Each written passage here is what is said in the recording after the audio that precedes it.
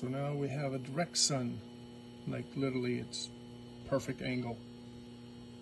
We're overproducing what the panels are rated at. And I'm still creating this heat like it's a 1,000-watt heater.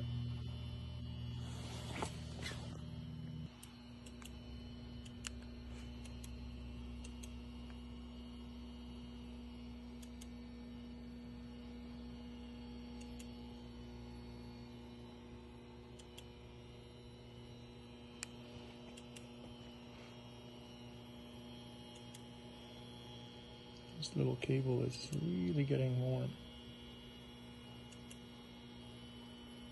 I bet you it's only rated for 6 amp.